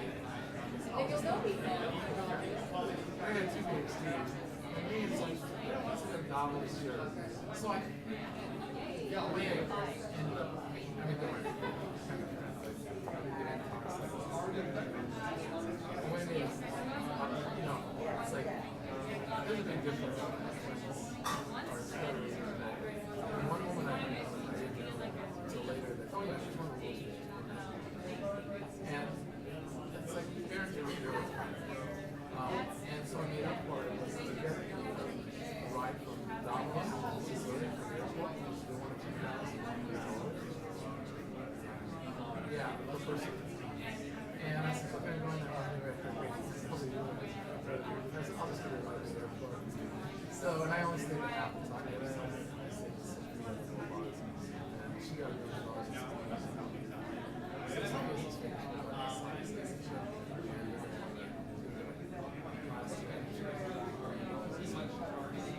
So it's been interesting.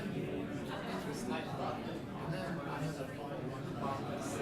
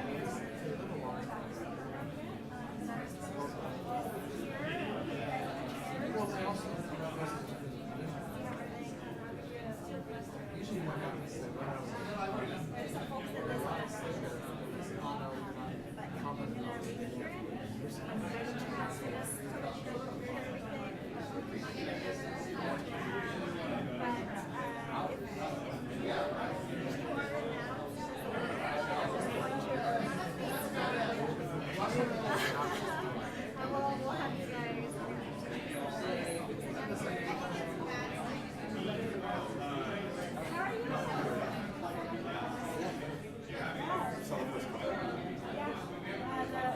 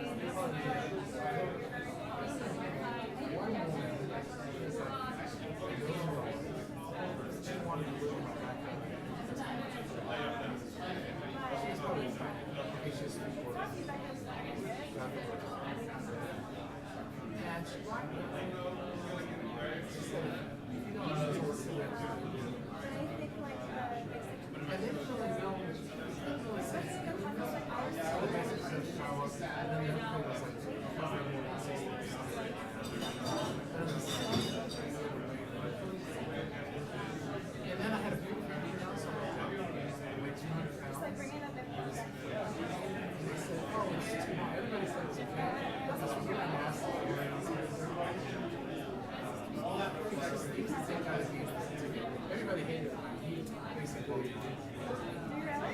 And my neighbors. And the guy who was for 2 years.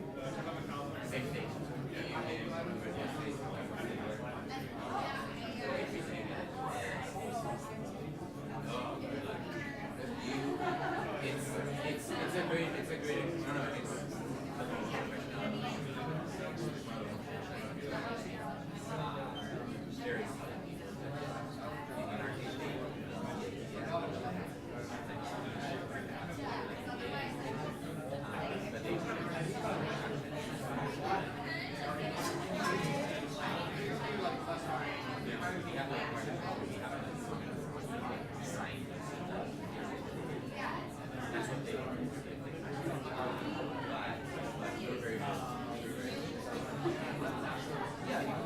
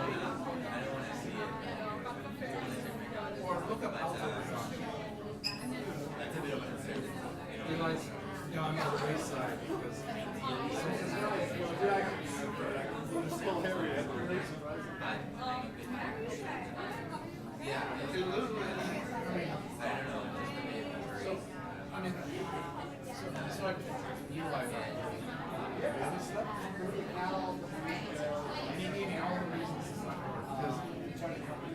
Because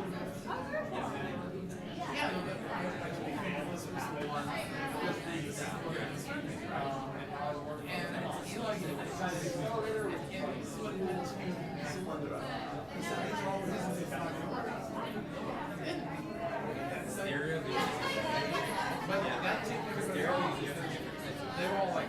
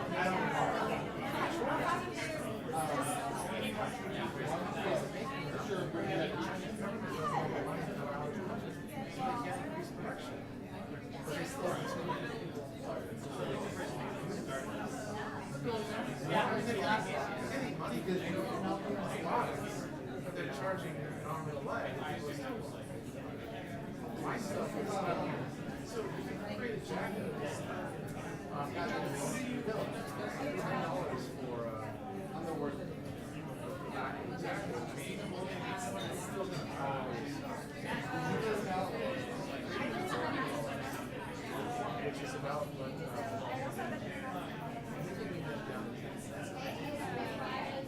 so right now, well, 30. So the cheapest you can get for silicon as a Chinese is 30 cents a watt.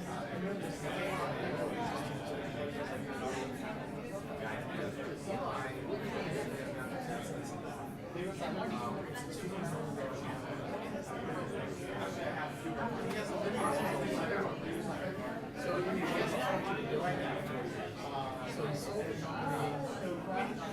company to be able to the guys that say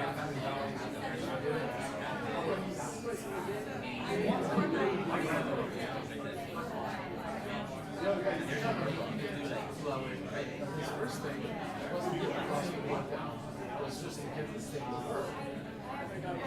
Yeah, it worked. Now it's a business. But it's still, but it's I'm gonna guess it's like $10. Very good. Yeah. And we don't have a lot of bridges. So what they have now, I think it costs about $3 a watt. Like 44. I mean, so it has a 10. So now I see real audio is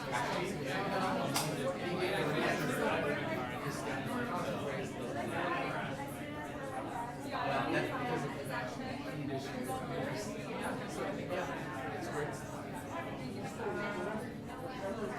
I would see it that way. I would see it that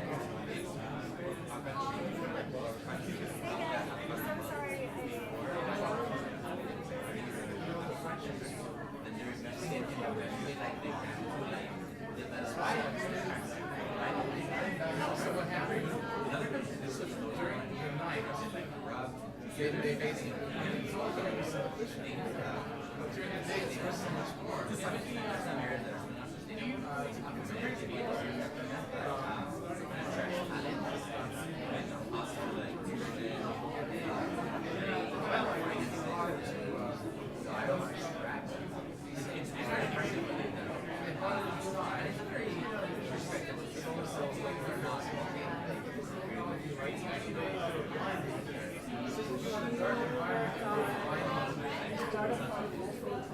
Yeah, it was like, I know. It's a difficult thing that once you're there, you're here. I do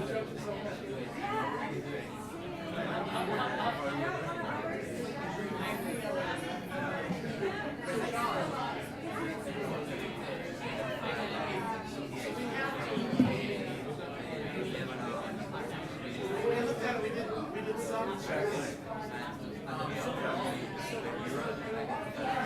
We have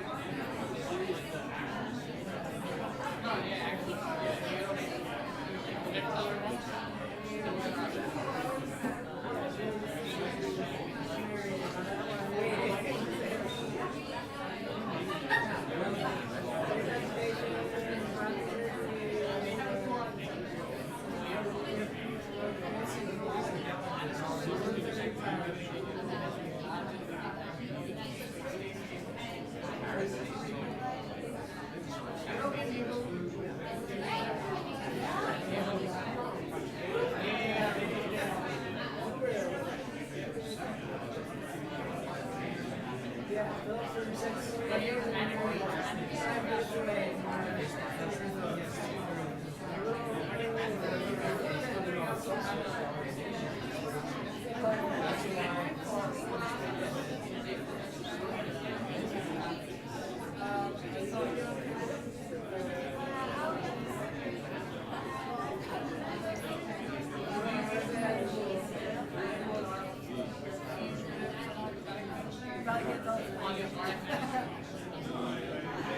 guys,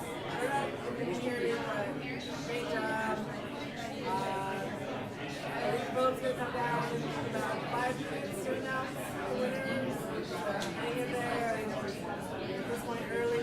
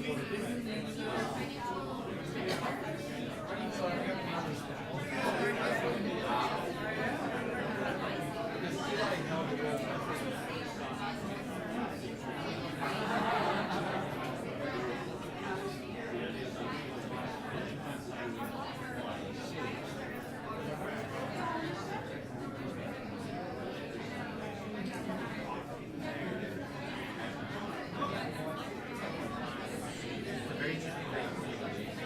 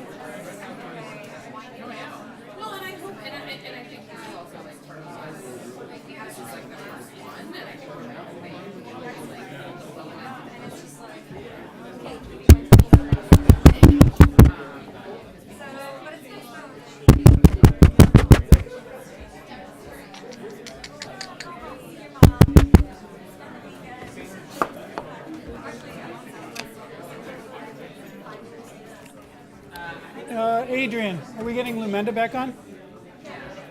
They're there? Where are they?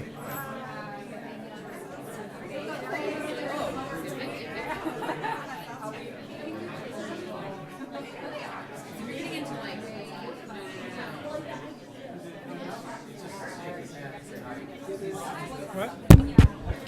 I have the certificates. Okay. Nope, I think we're good. We're just we're about a minute away, so everybody grab your last drink.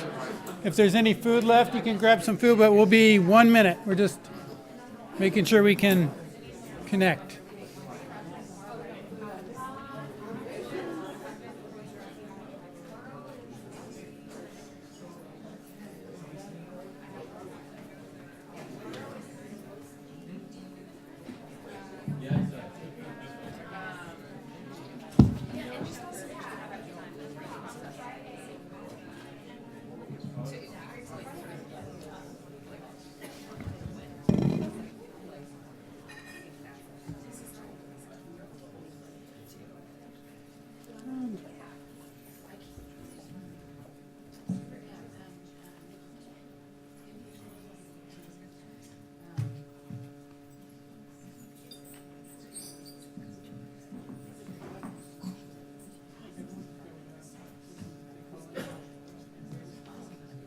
Okay, so thank you everybody for sticking around. As you can see, it was a really, really tough deliberation. I was thinking we might be down here at 7:30, and then 7:45 clicked, 7:55 clicked, and around 8 o'clock, maybe a little bit afterwards, we finally got to a decision. But it was very difficult because all of the 6 teams that pitched tonight did exceptionally well and have done exceptionally well throughout the course of this competition.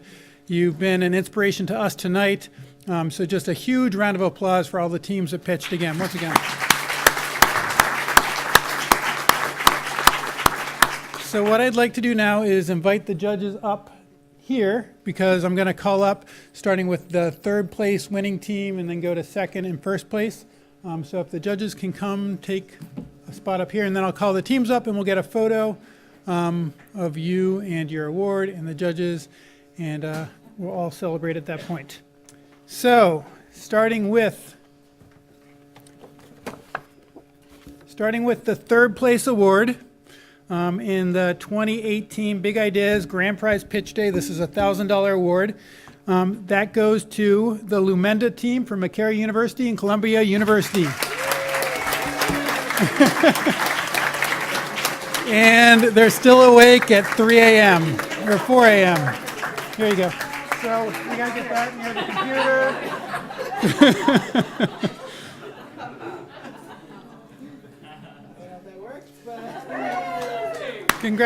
Congratulations, Sydney. Okay.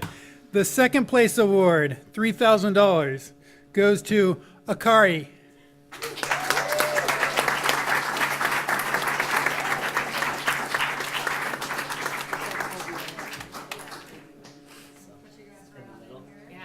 Thank you so much.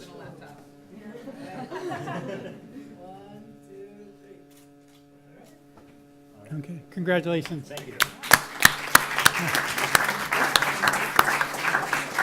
Okay, so that brings us to the big first place $5,000 award for Grand Prize Pitch Day. And keep in mind that none of these teams is going home empty-handed. They've all won awards for their category written proposals. So these are additional funds for the projects. But first place goes to Lulab.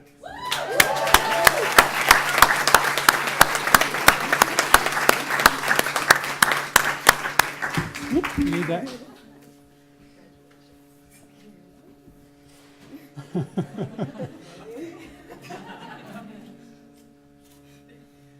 Okay.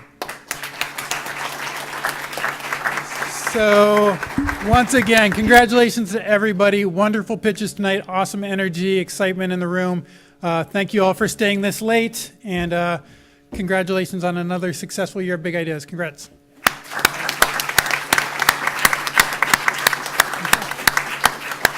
And I think the bar is still open. So.